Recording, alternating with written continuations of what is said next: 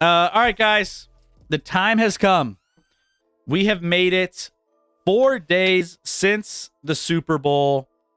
And, of course, as you know, we have Scotty here, who is a massive, diehard Kansas City Chiefs fan who gets to celebrate the Kansas City Chiefs. You're welcome. I put this together. I put a lot of time and energy into building this out. It looks really nice, actually. I'm pretty proud of it. Nice. Yeah. And I wasn't happy with any of the other graphics on there. And I was like, let's spice it up a little bit for you for back-to-back.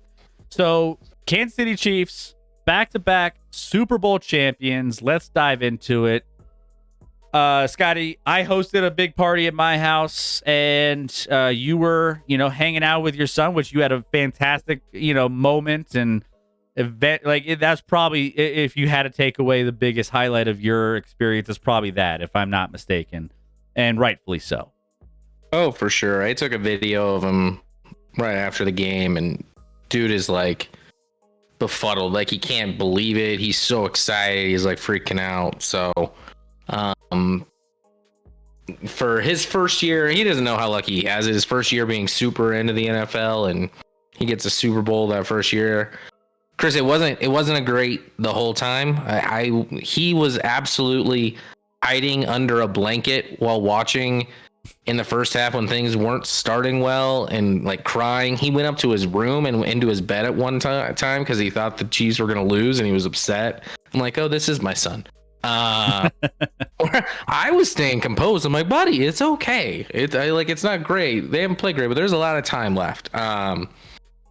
But yeah, I mean, there's a ton of storylines from this game, Chris. Obviously, so first half, not exactly an offensive juggernaut of a first half. Couple of turnovers from each team where they had, were in position to score, contributed to that a little too. But man, Chris, obviously that start was not ideal for the Chiefs. Outside of getting that fumble, San Fran was marching down the field on that first drive. They get the McCaffrey fumble, which is very un-McCaffrey-like. Did you see the clip today of they had George Kittle mic'd up and he was blocking George Karlaftis and he's like pushing him. He's like, hey, George, but he had his back to it. And George Karlaftis then dove for the ball and actually recovered the fumble. It's kind of funny. It's like, it was like our George was a little more curious was the headline there. I didn't make that. But after that, you had a few punts before, a field goal from San Fran. And the Chiefs finally get their first semblance of a decent play on offense with a deep ball to McColl that sets them up right around the 10-yard line of San Fran. Next play, they fumble. And Isaiah Pacheco, also very uncharacteristic for him to fumble. And then you have, I know a lot of people were talking about it in our Discord this week, the whole Travis Kelce, Andy Reid sideline, I have some thoughts there. And screaming. But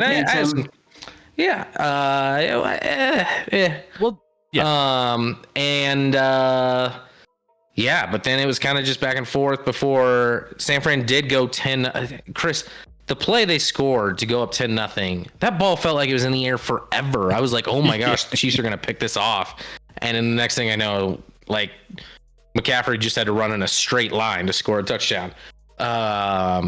So credit them. That was a good play that worked out. I think it could have gone the other way.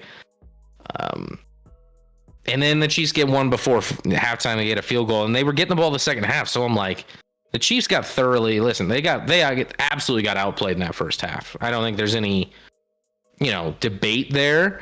I felt like, I guess I was almost in a good place because they were only down 10-3, where it could have been a lot worse, frankly. And you have Kyle Shanahan on the other sideline. Hi-oh! Kyle Shanahan, you got, obviously Mahomes is pretty adept at coming back. I honestly thought, hey, we're going to get the ball to start this second half, and we're going to march down the field and score a touchdown, and then we'll be tied up. It obviously didn't quite go that way to start the second half, but Chairman, the big question is, so the Chiefs trailed by 10 points in every playoff game this year. Why do you think the Mahomes and Chiefs struggle so much? Wait, what? They didn't trail by 10 points and every playoff game. They certainly not against Miami. They never trailed against Miami, and they never trailed against Baltimore. So I don't think that's an accurate stat. Well, it's crazy though. Let's talk about some of the big picture things. It was the most watched telecast in U.S. history. 123.7 million viewers tuned in. I'm sure partly of that might have been T Swift getting a lot of people involved too. So a lot of people watched this Chiefs team win their back-to-back Super Bowl, first one since 19 years ago. And this was also a pretty good game in the end when it came down to it, right? We had only the second overtime game in NFL history that ended the way it did. So, by the way, we talked about the over-under being razor sharp, Scotty. 47 was the over-under when it was all said and done. And we talked a lot about it. 46.8, 46.7. That was razor sharp, and it finished that way. It helped that obviously there was 9 points scored in overtime, but yeah, True. It landed right on the number, Chris, just like it always seems to do. It always does. And so, yeah, I don't know if you want to go back and forth. Sounds like it's scripted. Vegas knows, man. Vegas knows. People don't really believe it's scripted, right? Like, it's just like a way for them to vent their frustration that the Chiefs won again, right? Like, that's literally what it is. Yeah. And right, Rec? Well, now there's already the logo for next season, and it's already set up to be Dolphins and Lions. It's like a turquoise and blue, I want to say. It's like, at least from what I saw, maybe it was released early, but no, I saw the logo, but I didn't remember. I remember there being a lot of red in there, Chris. Maybe I was looking at a different one, or maybe I got the wrong. I was like, oh, the Chiefs I got debated. Coming back into it again. Yeah. It's more like it's like a. Is it green and red? Kind of, yeah, but it's like a neon kind of color. Packers Chiefs. All right, fine. Chiefs. I mean, is there? I don't know. Nobody that's that color green, unless you're talking about maybe like the Dolphins-ish. But then that would eliminate the Chiefs, which is impossible, Chris. I mean, you would be mixing maybe Seahawks is the closest neon green you can find, probably, if you wanted to go that route.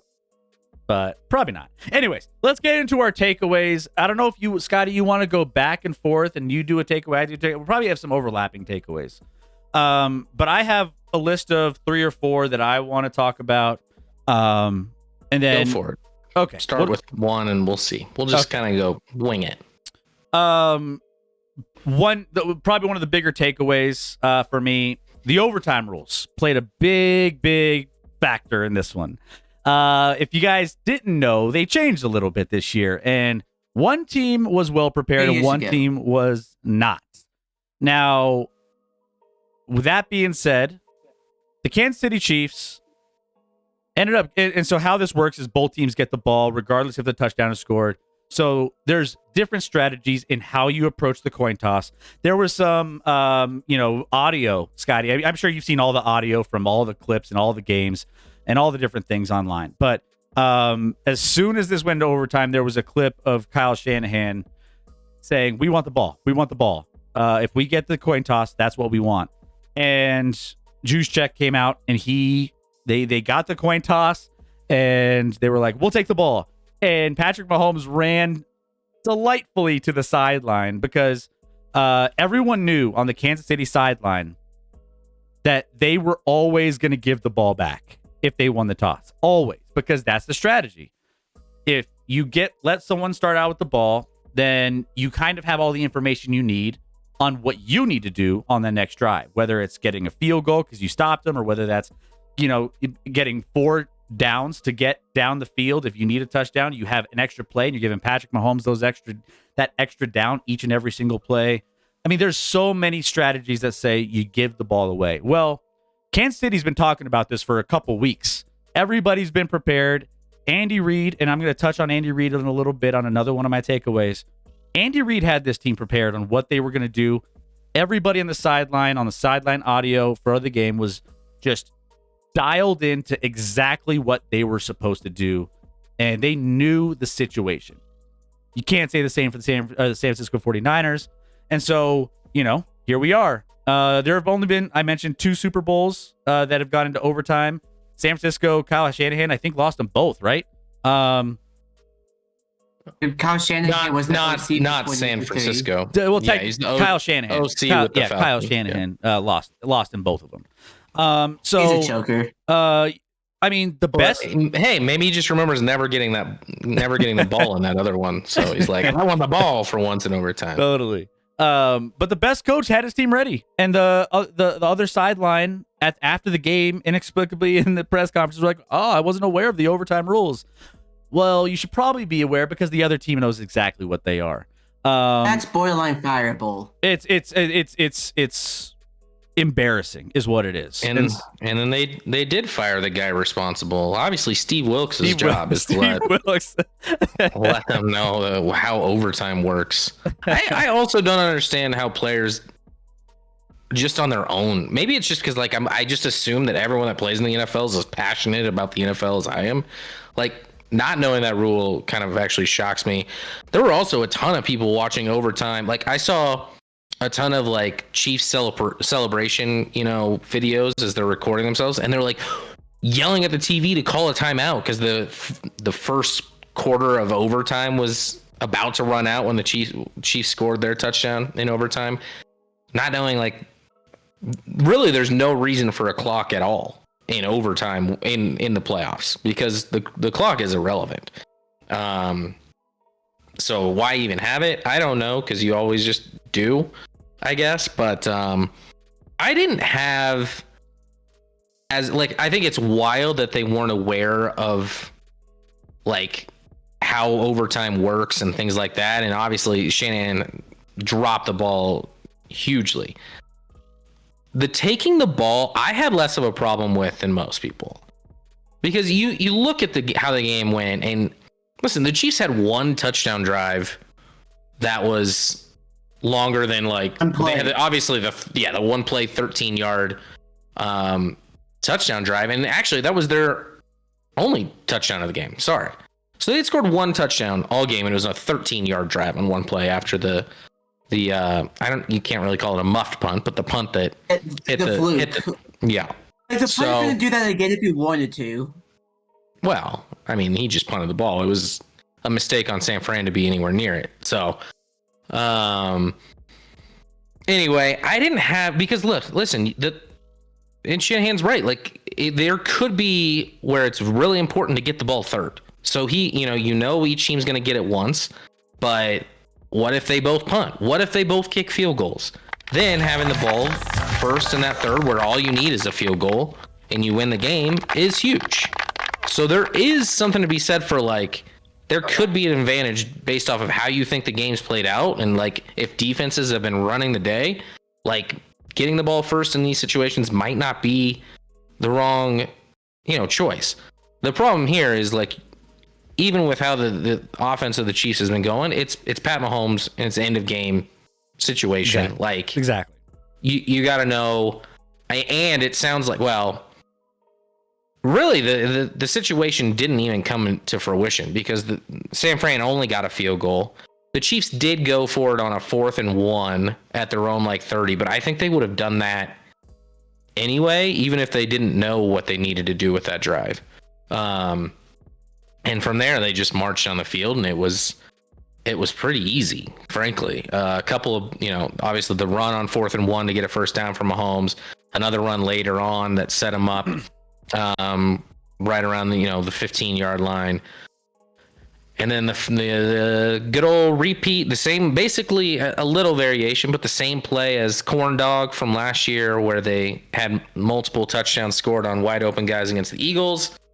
They get the game winner to McCole Hardman on a similar play. So I didn't have as big of an issue with what Kyle did. The fact of the matter is that, the Chiefs came out and said afterward, if San Fran had scored a touchdown, the Chiefs were going to go for 2 on their drive. So there wouldn't have been a third possession in that scenario.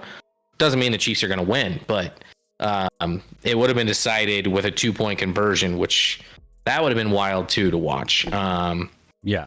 I don't know if they would have got 4 penalties that put them back to midfield if they would have gone for 2 like Dan Campbell, but they were pretty set on going for 2 if they needed to. But in this scenario, I mean, for me, the two biggest plays, the biggest play of the game, actually, for me, the single biggest nerve-wracking play for me, Chris, was actually in regulation, and it was that 3rd and 5 San Fran had on their last drive of the game, where if they get a first down there, Chiefs had 2 timeouts, but they were going to have to call a timeout with the first down, and basically, I mean, the Niners could run down the clock and kick a field goal to win if they pick up that first down.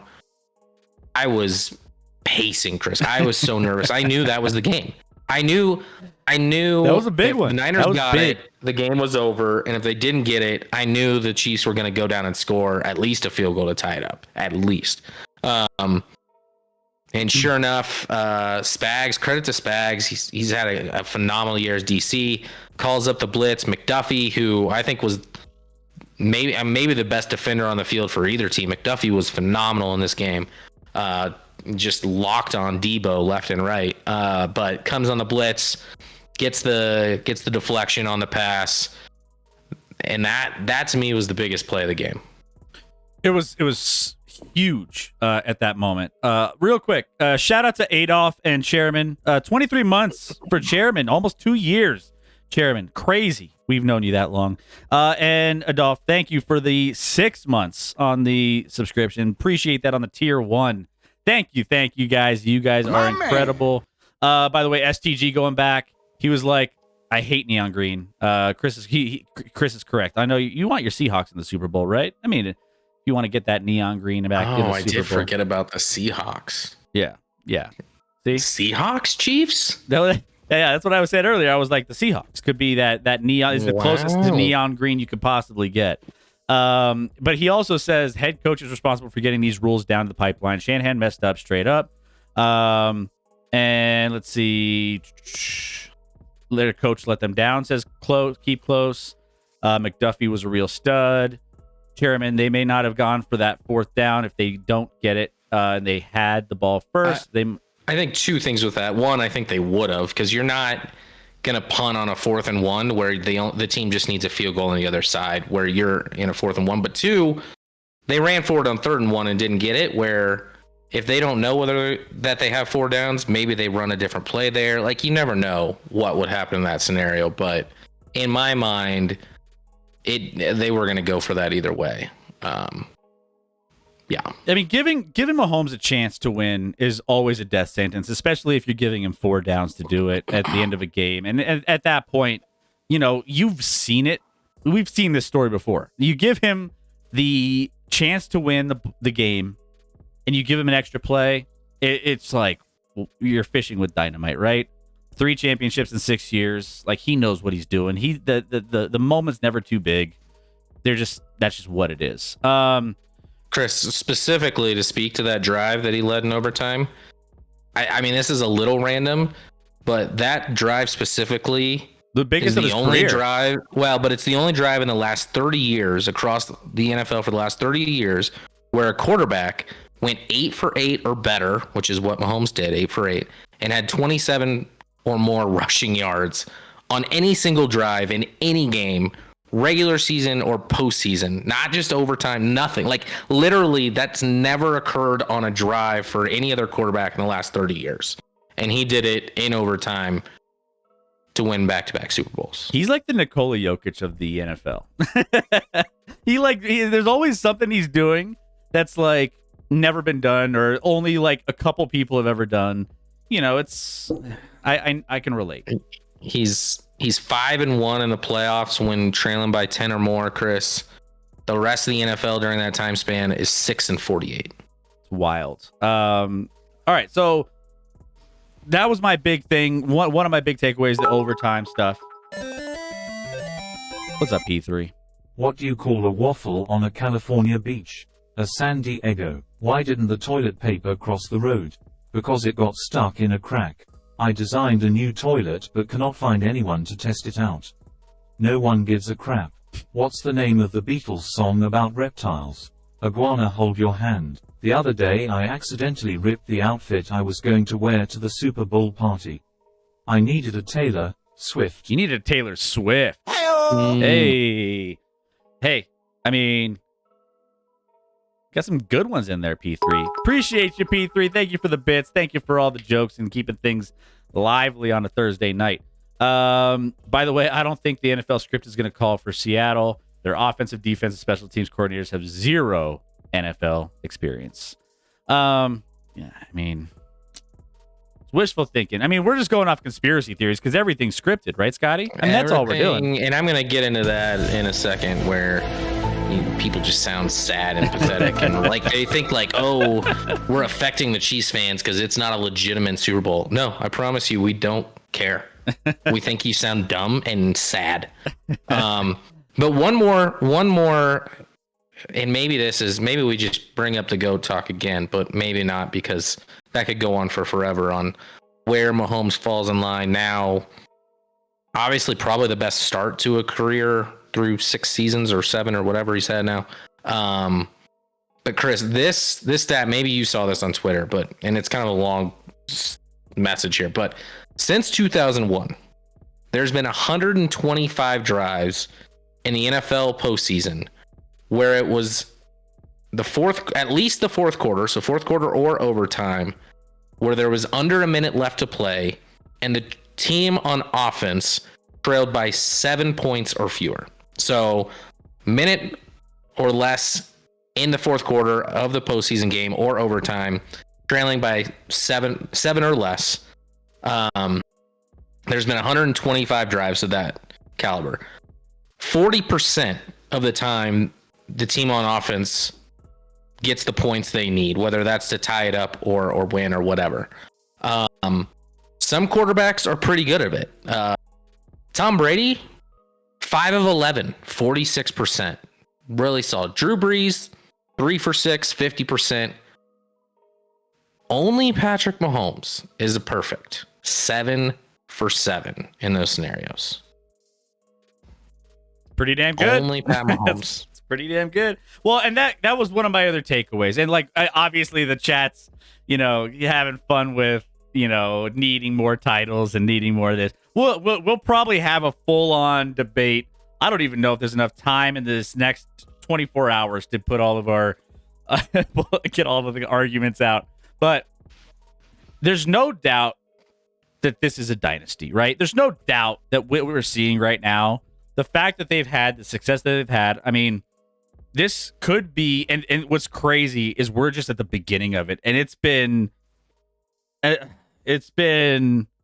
substantial. Like, there's not a lot of fun, Chris. There's not a lot of doubt, and like Random Lakers player of the stream, DJ Mbenga.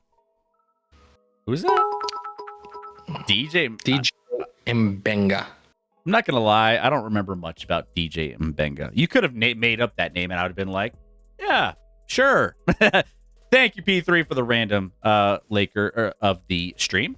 I mean, there's no doubt, and the what they've put together in a short period of time is terrifying because there's not an end in the horizon. When I said earlier about the Broncos just sitting back and coasting and just building through the draft and not having any sort of we don't need to be pushing right now. We don't need to be like trying to jet ourselves to the top of the AFC West by any means. We can take our time because KC's going to own this for a while. Not only us in the division, they're going to own the entire AFC, their NFL. So why force and stretch and push to be in a place? I mean, we almost, in a sense, as weird as this sounds, it's in a sense freeing a little bit. Just wait till the dynasty dissolves, because it will dissolve at some point and it'll be gone, but it's not going to happen anytime soon. And that's the thing. Take your time and let these things happen, because what Patrick Mahomes is doing and what the Chiefs are doing, there's no doubt that what they've accomplished, it's going to take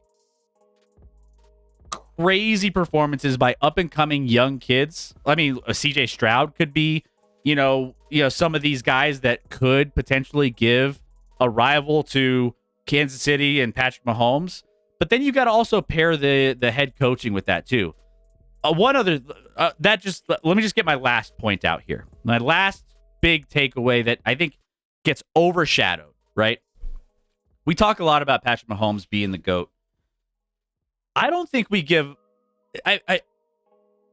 Andy Reid he gets lost in translation a lot of times because I feel like,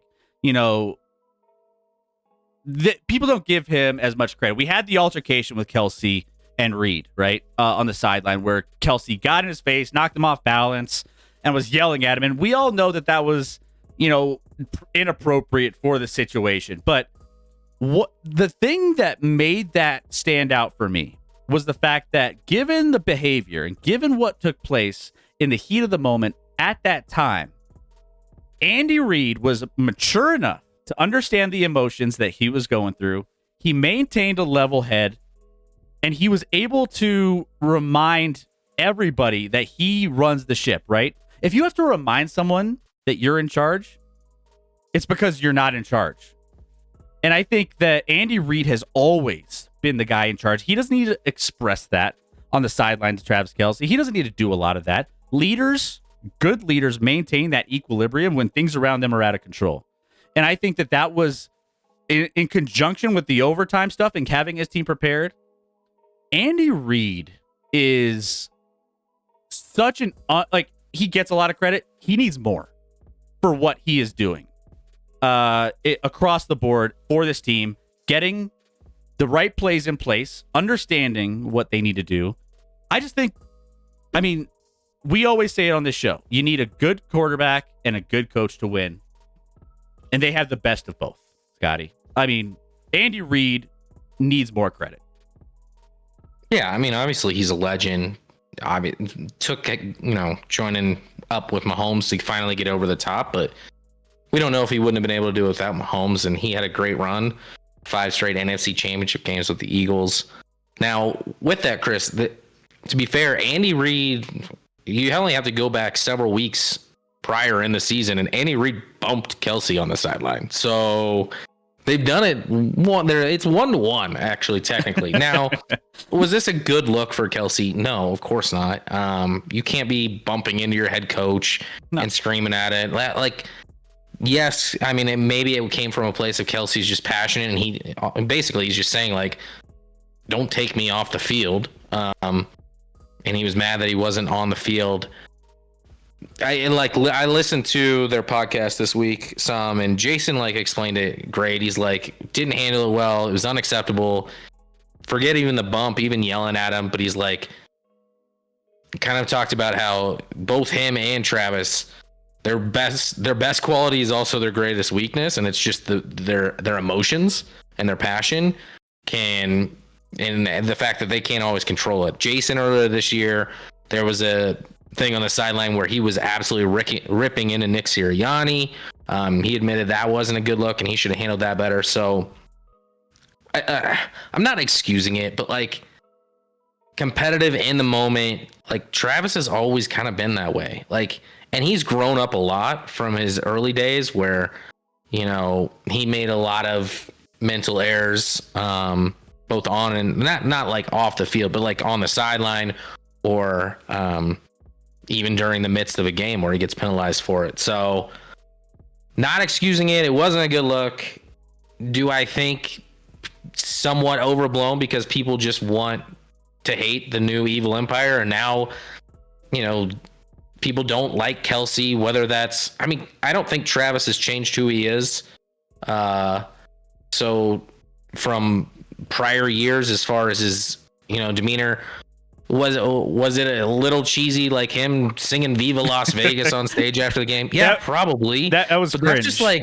That's just what he does. He especially after games, and then you get him on the podcast and he's calm down and very well spoken and very actually, intelligent, way more than you'd maybe perceive in the heat of the moment, because it's just dude, there's so much passion firing in him that he's just exerting it all out finally and letting it all out, and that's how it comes out. And you can like it and you You cannot like it as a Chiefs fan. It's a lot of fun. Outside of yesterday he was very intoxicated at the parade. Chris, he won the award he won the Tom Brady award for being most intoxicated. He didn't toss a trophy from boat to boat or anything, but luckily there was no water involved, so there was that. But yeah, I think that the fact that Andy Reid handled the way he did just shows the type of leader he is. He's a true leader on this team, and he knows how to handle those types of scenarios. And, given the fact that it was inappropriate or how he reacted in that moment, in the heat of the moment, yeah, it was just like you maintain, as the leader of the team, all that you need to make sure that you guys stay on track with everything during that game. And again, have your team prepared. So, yeah, big shout out to Andy Reid. I think, again, more credit is needs to be given. Let's see, in the chat, people kind of chiming in a little bit on here. Chairman obviously said Kelsey should be embarrassed AF, and I think there's a level of embarrassment there for sure. They've acknowledged that, and they all know that's inappropriate. Kelsey looking soft like Caleb Williams pushing a 93-year-old man, says keep close. Travis is under more scrutiny since he's dating the most powerful woman in the world. It's a Cincy Bearcat trait for sure. The people calling Travis abusing from that one moment, I don't think have ever played sports. I loved him before that game, but maybe I didn't know this side of him because I don't follow him that closely.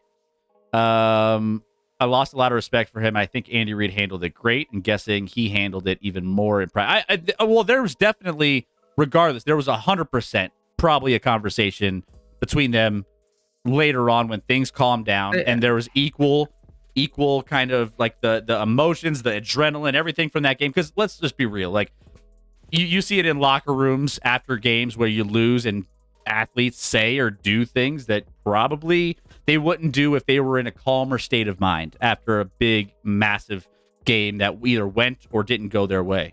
Like, they did probably have a conversation at some point, like, hey, bro, you can't.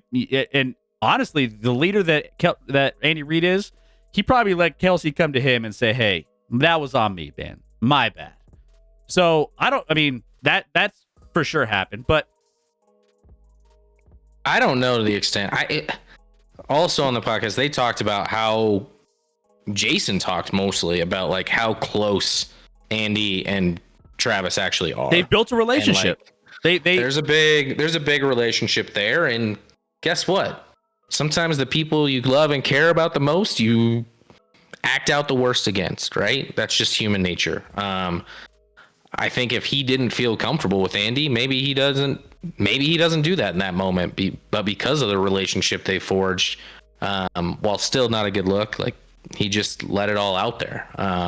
And so psychologically, there's some comfort that they've built. They have a sense of security with the relationship that they can get through something like that in a way that one can handle it a certain way, and the other can, take it and like exactly what we saw in the game and just,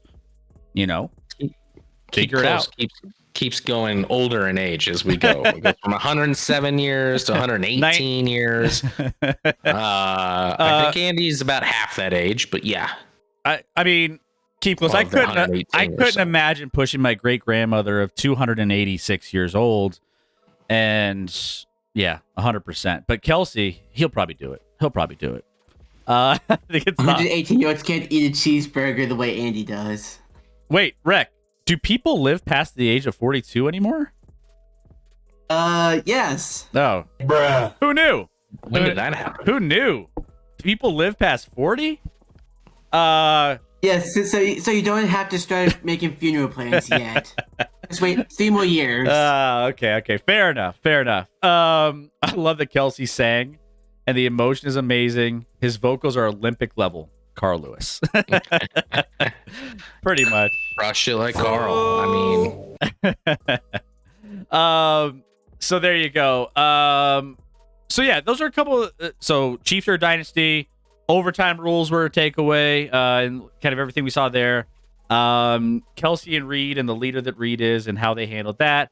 those are kind of some of the bigger themes that kind of took place afterwards. Scott, did you have anything else? And we'll get to the parade stuff here in a little bit, but anything else that kind of stood out to you that really, I mean, halftime show or anything else surrounding the game? Or I thought the halftime show was good. We had roller skates. We had roller skates going. Yeah. Apparently, one of the dancers fell off the stage in their roller skates. Got hurt pretty bad. I saw someone fall off. Too bad. Someone fell off a stripper pole. I mean, it's not. I say stripper pole. It was just a pole. A pole that they were dancing on, Chris. Yeah, they were remaining clothed. This wasn't a Janet Jackson situation. Yeah. Roger. So that was fine. I don't know, Chris. I just I left that game thinking also like. Finally, we didn't have like that big controversial call. The refs kind of let both teams play for the most part. I didn't think there was anything egregious either way. If anything, I thought maybe the Chiefs got a couple roughed into the calls, but not where I was upset or anything. And now people are like, of course, just taking screen caps of like the Chiefs held on this play and they held Bosa on this play and and now it's like the Chiefs in their 3 Super Bowl wins haven't been called for a single hold in all 3 of those games, which is true, which is obviously eliminating the one game they lost where they got called for 3 holds. But Chris, this year there was one hold against the Niners, 0 against the Chiefs. Last year in the Super Bowl, neither team got called for an offensive holding. The year before that, the Rams got called for 1, the Bengals got called for 0. The year before that was the highest in the last 6 years, and it was the Chiefs getting 3, and Tampa got called for 0. In the 2019 game against San Fran, it was 0 and 0. So they just don't call a lot of offensive holding in the Super Bowl. It's just like how I think refs are told to call it, and people thinking it's scripted and thinking this and that because of Taylor are wild. But I'm just gonna enjoy it, Chris. Enjoy it. Ready for the first three-peat in the history of the NFL next year, Chris.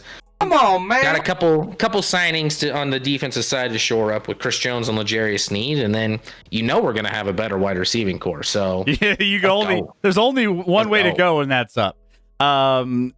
Can we talk about Usher cheating on his fiance at the halftime show hours before getting married? Wait, what?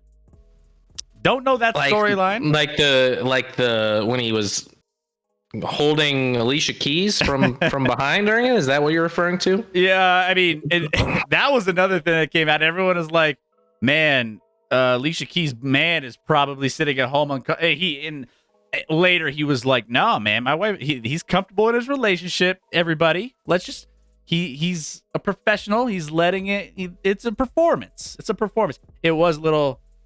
It felt really, really like a loving embrace towards that. But just he was trying to wipe off all the sweat that he had on him. That dude was sweating a lot. 100%. Which means he's just working hard out there. Appreciate that. Chairman Matt Stafford's wife helped the dancer who fell off the stage. yeah, pretty much. Yeah, that was nice. that was 100% true. Swizz is fine. He knows it's a show. Yeah, Swizz Beats is obviously the husband on the other end that was just taking it all in. But had some decent cameos. I thought it was, from a halftime show perspective, it was fine. It was good. It didn't blow me away, but it didn't it wasn't terrible either. Let's see. He was very tight with Alicia. Yeah, he was, but it's a performance. SDG, is this a top 5 Super Bowl game? I mean, there's only been 2 overtime games, right? So you got to put that in perspective. I think if we take a step back, besides Deflategate, there has not been this type of season-long effort from referees and the NFL to prevent a Super Bowl champion unsuccessfully. Thank you for the bits. Keep close. Appreciate that. I mean, It wasn't great until Luda came out. Luda. Luda was he had a look to him. Luda. I like some Haven't Luda. seen him in a while. I Sure. like me some Luda. Luda. I mean, I go back to my Luda days in high school. Those are some good days. Apple fixed Alicia's voice on the Apple Music version. Now she did not sound as good as the replay. I did see a clip where I don't think it was just Apple. Like someone on Twitter put her live performance, and it was actually like her first note almost. That when she started, she kind of had some issues there, and then they played the YouTube TV version where they shored that up pretty nicely. Chris took care of her. Yeah. Also, that other girl that was playing the guitar, no chance she was playing the guitar. I saw a replay of that, and I'm like, no shot. No shot. She's actually playing the guitar. They make it look a lot better than it actually is. She might have just as well been playing with her teeth, Chris, because that's as likely as what was going on with they those should have fingers given her an while air guitar. It would have been more believable. She was absolutely not playing. No. Chairman knows music. He saw it. We all noticed it. By the way, they were hyping. One of the things of the Super Bowl they hyped this year was the kick of death or kick of the future, whatever. I didn't see that. Destiny 2. Kick of Destiny 2. Did they make it? When was that? It literally happened like right before the game started, I think. And it happened so quick that I thought it was like a preview for it, but no, it was the real thing. Gronk, second year in a row, Chris, it's a promotion with like FanDuel, and 2 years in a row. If he misses the kick, missed the kick. If he misses the kick, people get free bets or whatever. I mean, there was a controversy last year because like they said it was no good, but like from the angle you had it looked like it went through, but it must not have. This one was not good. I mean, don't market something and drop the ball in the execution when you're trying to like showcase it. That was. I think it's stupid in the first place. It was a complete botch, and it's just a gimmick, and it's dumb. I'll get off my soapbox for there. Just a dumb, obnoxious tight end. They're all over the place. Her might not have been playing. She really can play. I'm sure she can. They just wasn't happening on stage there. The conspiracy was that it was pre-recorded. The kick, you mean? Yeah. It must have been. It had. Either way. And how many times do they film it? Do they make sure he just misses or something? Yeah. Yeah, probably. Kay Adams was there, and then magically the Super Bowl wearing different outfit minutes later. And that's not something you could hide. A lot of people pay attention. People watch. Yeah. People watch. Got it. So I'm trying to think of anything else surrounding the Super Bowl. There's one big thing you've completely missed. What do we got, Rick? What do we? Dre Greenlaw. Oh, Dre Greenlaw was that was unfortunate. Very unfortunate. I don't know that I've ever seen that happen in that scenario where you're just running back onto the field to start a defensive drive and gone goes the Achilles. Gone goes the Achilles, and he was playing energized to start for sure.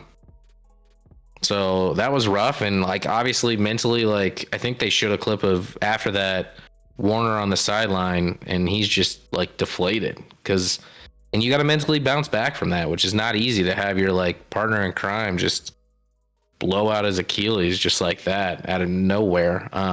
Yeah, brutal. They showed the clip of him, no one around him, about to run on the field and just straight to the ground. Sucks. Hometown. So they showed the stat. Sorry. Go ahead. They showed a stat.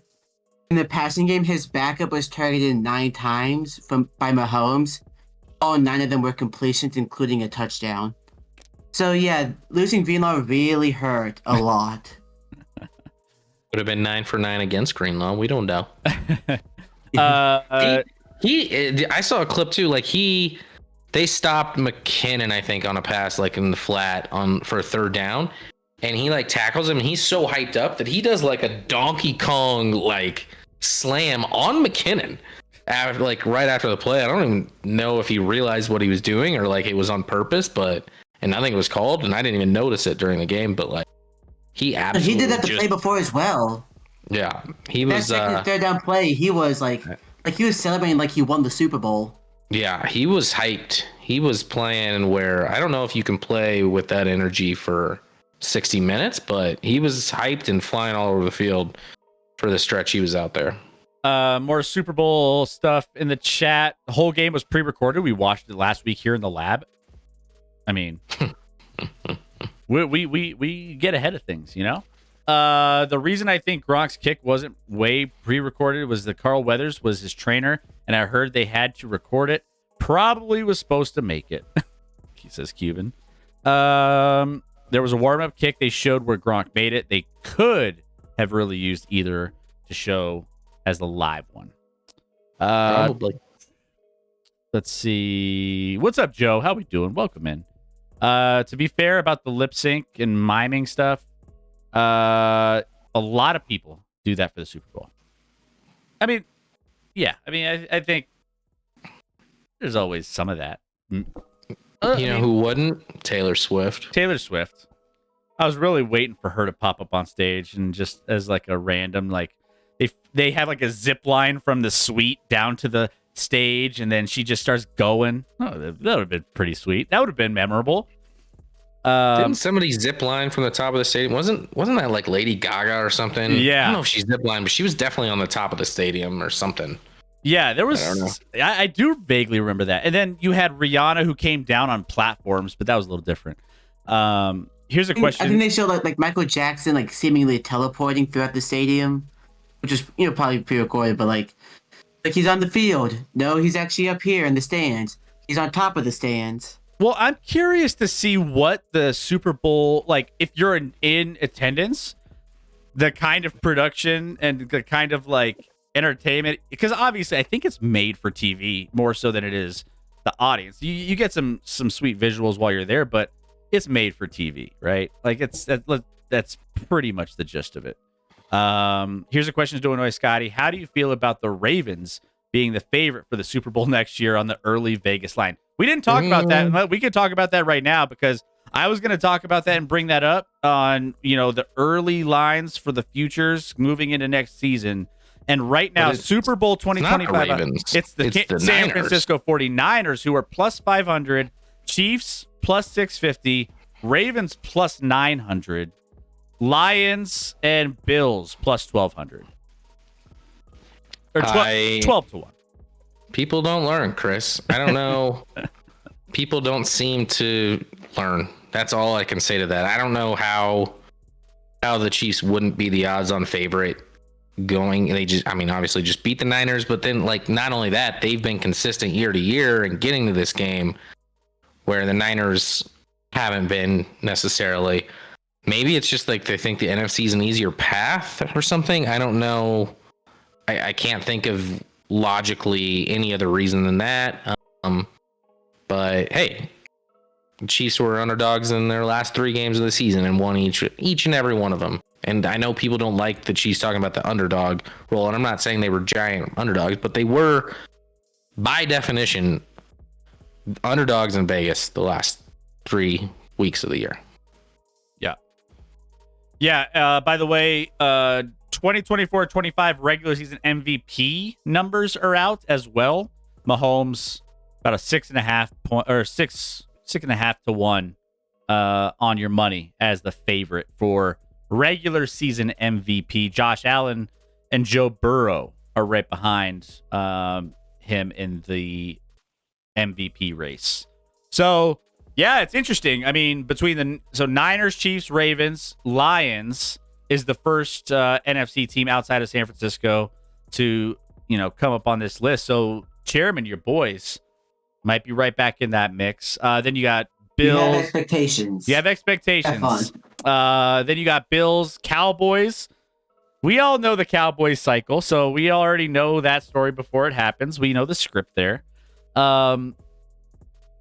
But there are some interesting ones here. I mean, we'll break down some of the off-season stuff. We'll break down coming up kind of like the moves and some of the coaching changes and some of the things that, we're going to be experiencing during the NFL draft. By the way, the NFL draft is coming up. We'll be having a lot of coverage. We do this every year, Scotty, and we're going to be doing this for all you guys, getting you and gearing you up for the NFL draft. Who's who, what we expect to happen, what are the players that can make your team better in the first or second round and kind of make, that leap into the NFL and make an impact. Caleb Williams is the favorite to go number 1 overall.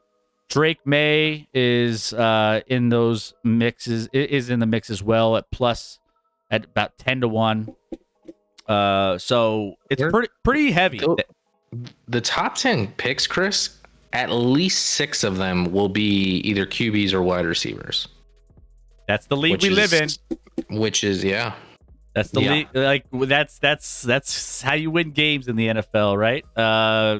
If you pick the 4th best quarterback in the first round, you're reaching hard.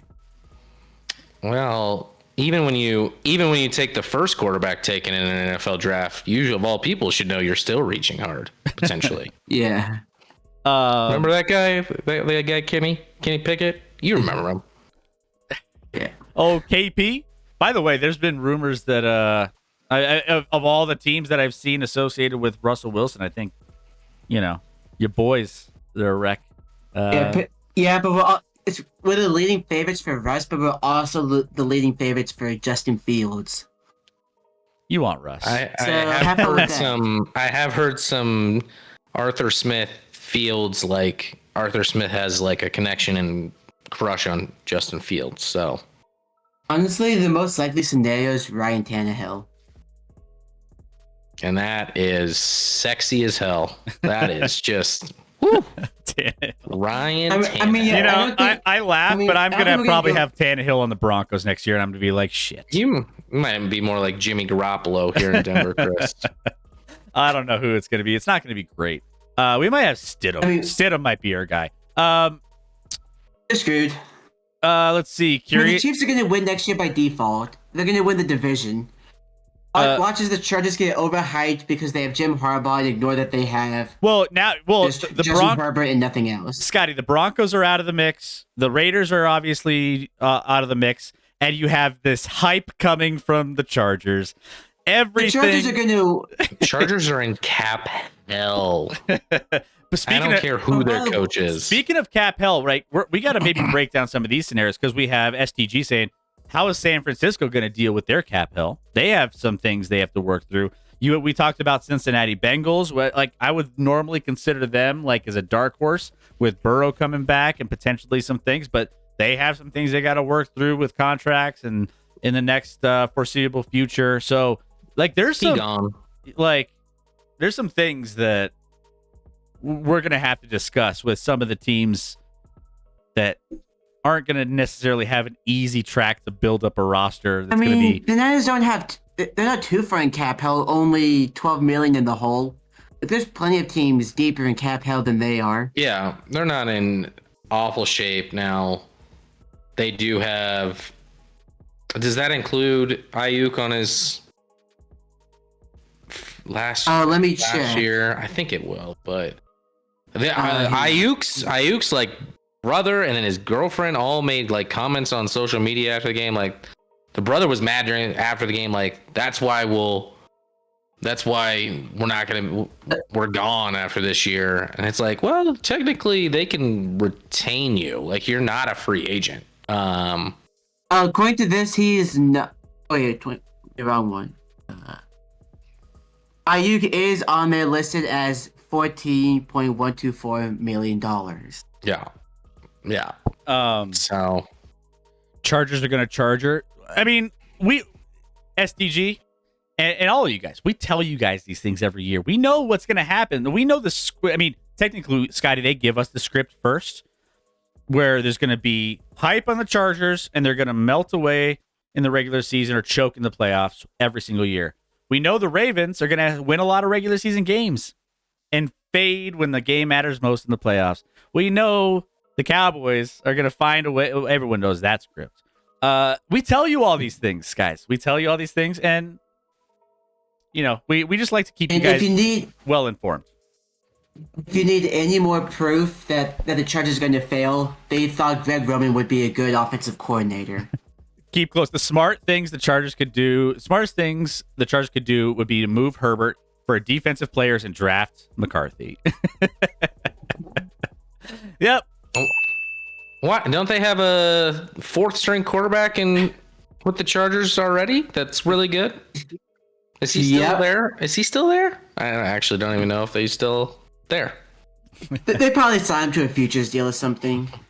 No. Oh man. Well, there you go. We guys, the season just ended. We're just talking more football than we probably, will ever talk, and that's going to continue, guys. We're going to continue to be all over the NFL. We're going to bring in some NHL. We're going to have a lot of fun segments. I've been saying this for the last couple weeks.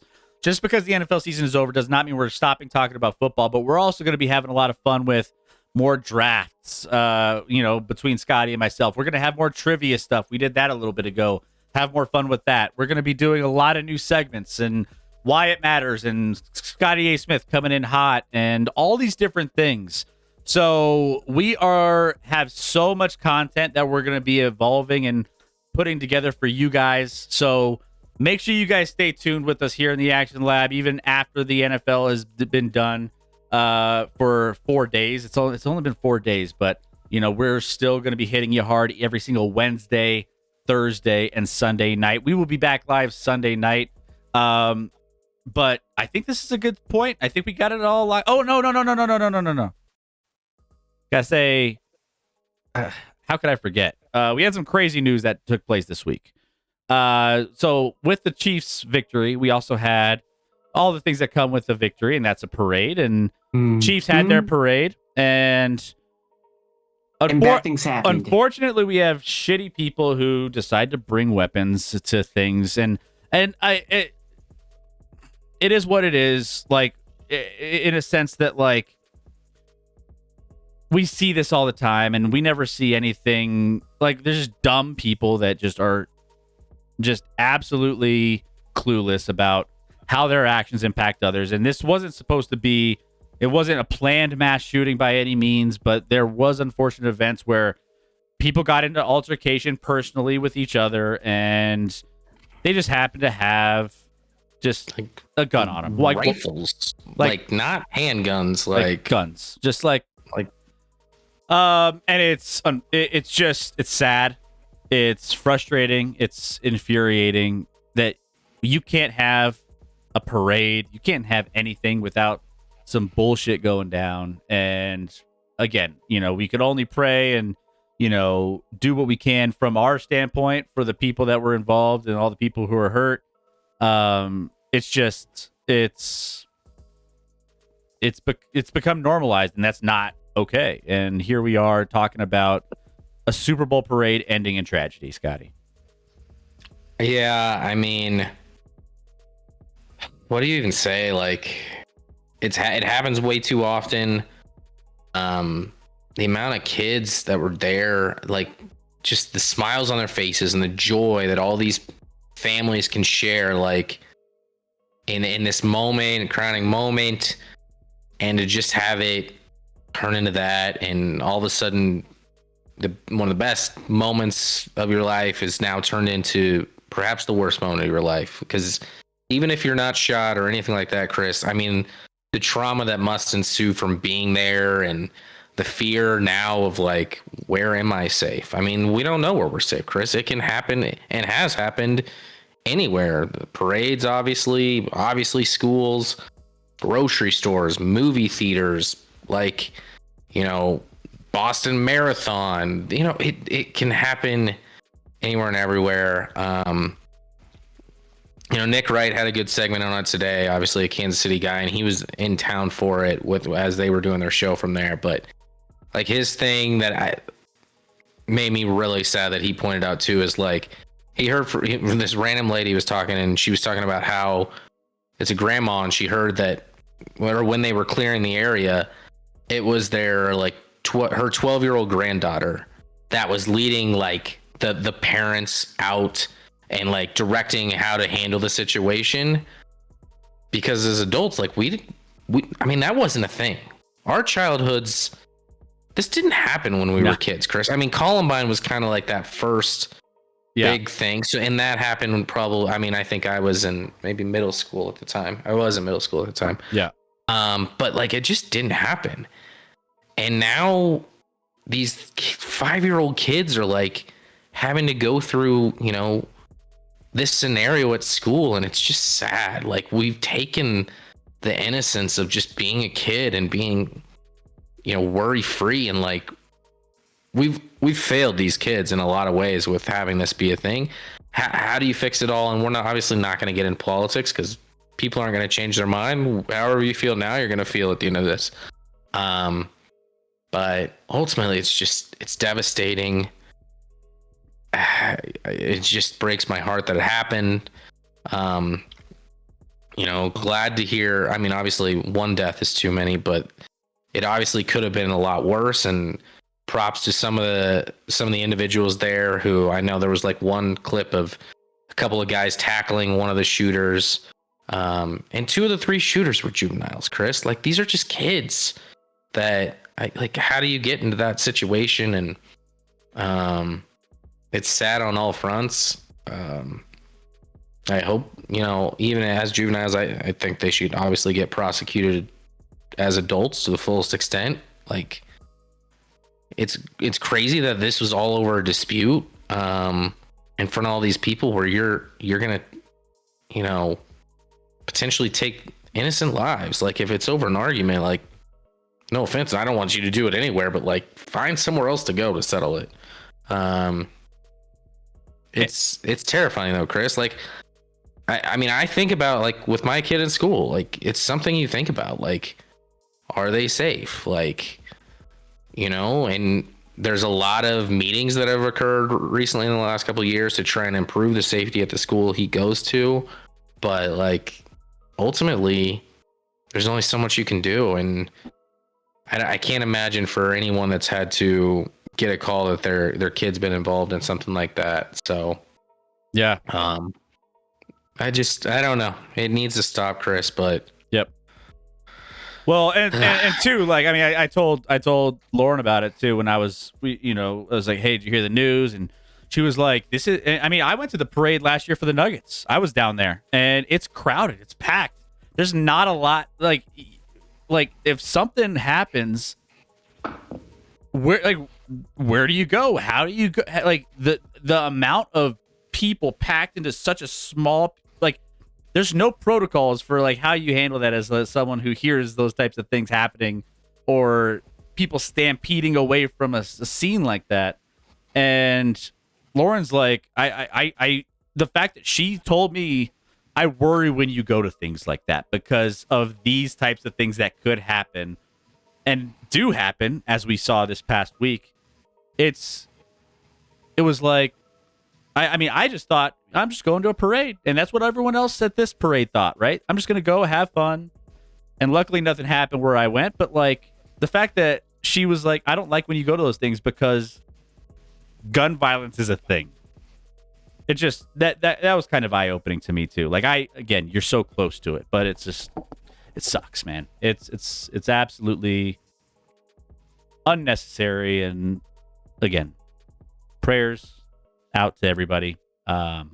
Obviously, as someone that grew up in a town over from Sandy Hook, it's incredibly disappointing that this keeps happening. I remember 11 years ago watching my friends call their parents to see if their siblings were okay, to say things haven't changed. Is heartbreaking.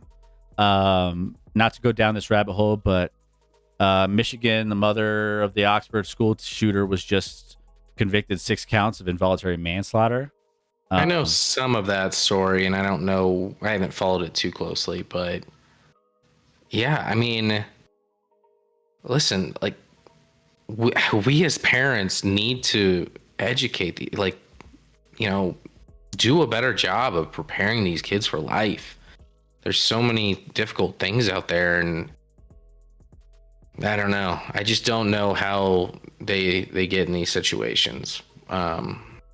It's sad, but you know, it's not one thing completely, but like maybe the parents should be culpable in some way. Like, I don't know if I mean, I understand that some will say that's not fair, but like, Yeah, there's to get to that point and have, give them, you know, the ability to access, you know, guns in your home or something like that. Like, you can't allow that. So keep close. I'm already anxious knowing I want kids that I'd have to worry about stuff like this. I mean, I have 2 kids. They're not even in school yet. So, I mean, again, I'm going to get to that point. Same with everyone else who's, you know, and it's just, yeah, it's terrifying to think about. Maybe people need to be held responsible for their gun, especially. Yeah. And like, again, there's going to be this always happens with these types of things where, you know, these conversations of, you know, different sides and different things, and you know it's going to be a big topic of conversation for about a week, and it's going to be kind of the same result. We say we know the script for a lot of these NFL teams and what they're going to do. Well, we kind of have a script for this too, because we've seen it over and over and over. So this script sucks, and here we are. But let's leave that alone. Obviously, we wanted to acknowledge that, and that was something that's big that, you know, bleeds into sports, and sometimes these things bleed into sports, and that's okay. You know, we never get political. We never get any, you know, deeper than that with any of this, but we acknowledge that sports and culture does have its overlapping, you know, news stories and things along those lines. So, you know, we like talking about those with you. You guys are a fantastic voice for us to hear about what you guys are saying and thinking about it all. So thank you guys for all of that. That means a lot to us, and we're never going to shy away from talking about things like this, you know, with you guys. So